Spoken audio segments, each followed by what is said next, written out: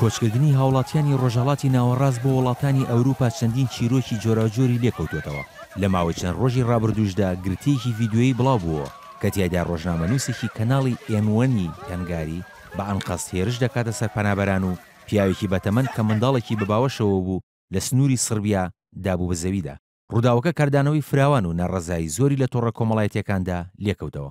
ڕۆژنامەنووسەکە کە ناوی پێترا ئێڵە دوای ڕووداوەکە کەناڵی ئێنوەنی هەنگاری لە ماڵپەڕەکەی خۆیدا بڵاوی کردەوە کە ئەو ڕۆژنامەنووسەی دەست بەجێ لە سەرکار لابردووە و دووری خستوتەوە.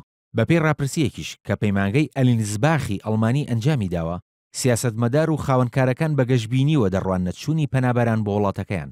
هەروە لە سەدا سیوێکی هاوڵاتیانی ئەڵمانیا پێیان وایە وڵاتەکەیان توانای وەرگرتنی زیاتری پەنابەرانی هەیە، بەڵام زۆرێکیش لە هاوڵاتیانی ئەڵمانیا دەترسن لەوەی فشار بۆ سەر ئابووری وڵاتەکەیان دروست بکات.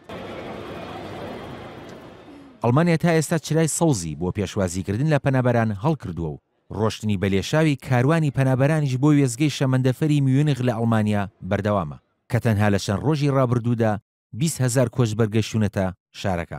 بەپێی ئامارەکان زۆرترین ڕێژەی پەنابەران بە پلەی یەکەم لە هاوڵاتیانی سووریا پێکدێت و دواتر عێراق کە بەپێی دوایین ئاماری کۆمیسیۆنی مافی مرۆڤی عێراق لە ماوەی دوو مانگی ڕابردوودا نزیکەی 400,000 هاوڵاتی عێراقی بەرە وڵاتانی ئەوروپا کۆچیان کردووە.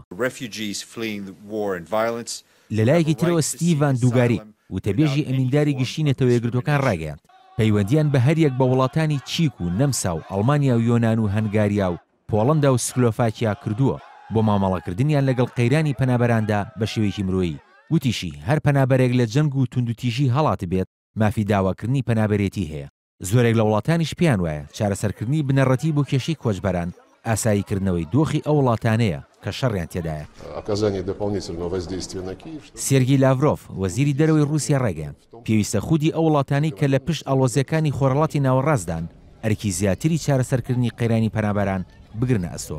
بڕیاریشە جان کلاود یۆنکەر سەرۆکی لیژنەی ئەوروپا پلانەکانی تایبەت بە چۆنێتی مامەڵەکردن لەگەڵ لێشاوی پەنابەراندا ئاشرا بکات کە تیایدا نزیکەی 120,000 پەنابەر بەسەر وڵاتانی ئەندام لە یەکێتی ئەوروپادا دابەش دەکرێت بەپێی ئەو ژمارەی کە بۆ هەرێکێک لە وڵاتانە دیاری کراوە.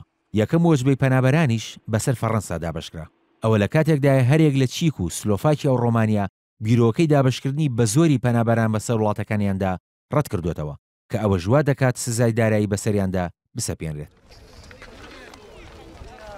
ئوسترالیا ژێکێکە لە وڵاتانی بڕیاری وەرگرتنی کۆچبەرانی داوە و بڕیارە 12,000 پەنابەری عێراقی سووری وەربگرێت جگە لەو 13,750 پەنابەری کە ساڵانە لەسەر بنەمای مرۆیی وەریان دەگرێت. کاروان شێخ موحسین NRT